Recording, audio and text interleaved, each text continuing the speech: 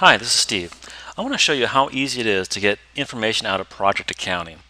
There's a number of ways to do it, but what I want to show you is an ad hoc way to get information out using Smart List Builder. So let's take a look at it.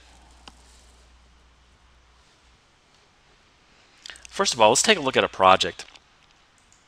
I set up this contract and I have a number of projects in it, and they're pretty simple. Let's take a look at this one here. I've got two things. I'm going to have some fees on this project, and I've scheduled them out. You can see that I've got fees in different months. And then I also have just a simple budget. I have some timesheet data here, and I also have that spread out in different months. So what I want to do is I want to get a report that shows me the budget for this particular project and all my projects that I have of this nature. So let's go ahead and do that. And what I decided to do was I decided to use Smart List Builder to create a smart list that would give me this information. So let's take a look at what I did. I'll go into Smart List Builder, and we'll take a look at Smart List that I created. It's this one right here. And there's only one table. It's this table here. This is also table PA01304, but it's just one table and has all the information that I want. So I selected that table and I selected some default values that I want in my smart list. I can always add other ones later, but I'm going to start with these. And the reason I use Smart List Builder instead of Excel reports is that I want to see that first. I want to be able to easily look at that result before I commit it to Excel reports. So let's take a look at it. Go into Smart List here. It's under Project Accounting Smart List, and it's this one right here. Let's take a look at that.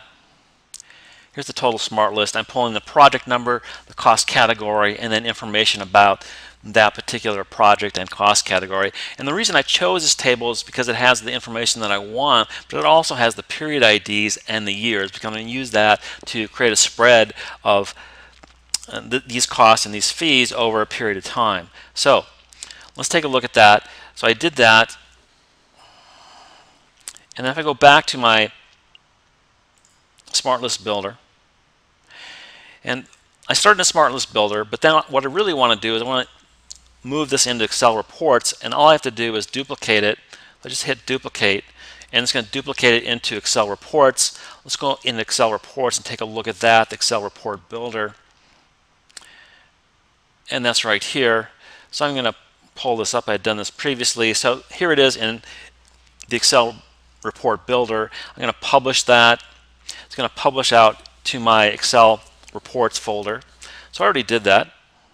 Now let's take a look at it in Excel reports. My reports are stored here under Excel reports, and I'm just going to scroll down and find the ones in project. And here they are. This is the one that I just created. So I'm going to select that, view it. It's going to go right to Excel. Now what I want to do is I want to add one field here. I've got all the fields I need, but I want the fees and I want the expenses in one field so that when I do a pivot table for this, it'll show up in the right place. So what I'm going to do is just add a column here, and I'll just call it report. And it's a simple calculation. I'm going to go out and get my fees here,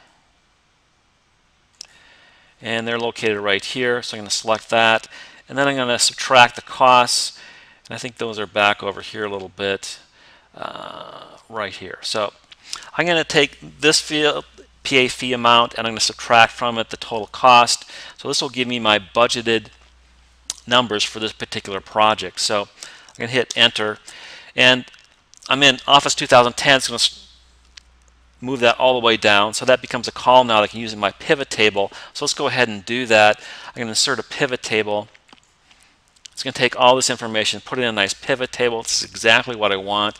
What I'm going to do is I'm going to spread this by period ID, so I'm going to pull that down into columns. I want to filter on the year, so I'm going to put that in here, and I want to sort this by project number and then also cost category. Now the value that I just created, that's the one I want in my report. It's going to show up at the bottom here, report. I'm going to put that in there. I'm going to make it look a little prettier here. So let's open that up, and I'm going to change the number format right here. And I don't need pennies, so let's do that. There I go. And now I'm going to spruce this up a little bit. For one thing, I don't need this 0 period, so I'm going to take that out. I also want to look at just a particular year, so I'm going to select that year here. And I want to move the fee schedule, which is my income, up to the top. So I just right click on that and go to move, and I'm going to move fee schedule to the beginning. So it's going to reorganize my rows here. And then I also want just some of these projects. I got all this project data. I'm really not interested in all of them. I've just got a few. So I'll go back here. I just got a few. So I'm just going to select these here. And those are the ones I want.